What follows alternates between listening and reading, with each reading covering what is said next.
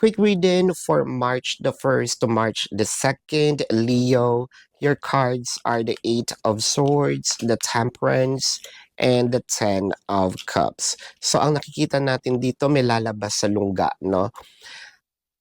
May mga pagkakataon siguro na um nagtatago itong si person or nagtatago kayo, can switch the energies. What I'm reading is the dynamic.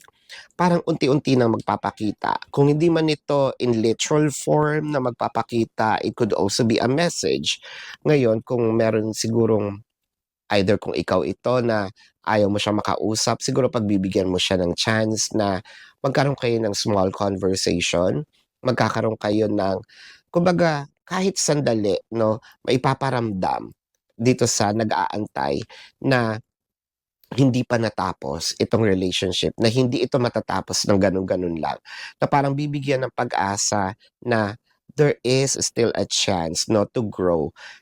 It felt like itong muling pagkikita, muling pag-uusap, mararamdaman yung pagkasabik and doon niyo masasabi na ay may feelings pa rin talaga, no? So this is your quick reading for March the 1st to March the 2nd, Leo. My name is Daphne, but spirit calls me bye-bye.